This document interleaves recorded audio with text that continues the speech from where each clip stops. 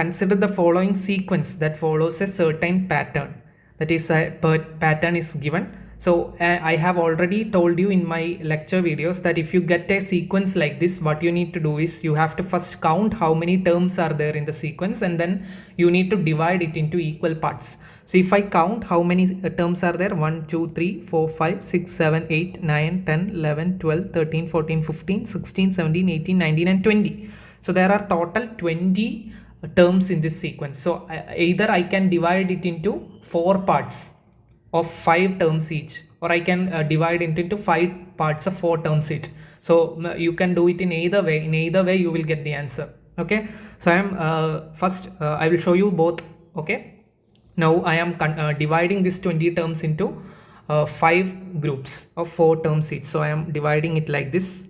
Okay, I am dividing it into 5 terms of five groups. Okay, so here if you see, there is an ABCD here, there is ABC here. So if I put D here, it will become ABCD. Now what is balance in this second group? A, B and C is there, so I am writing D here.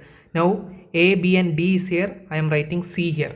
Now in this group B, C and D are there, I am writing A here. So this is following a sequence, right? Because if you see here, this is ABCD, first group is ABCD, then this D is coming in front, so it will become DABC. Now C will come in front, it will become CDAB.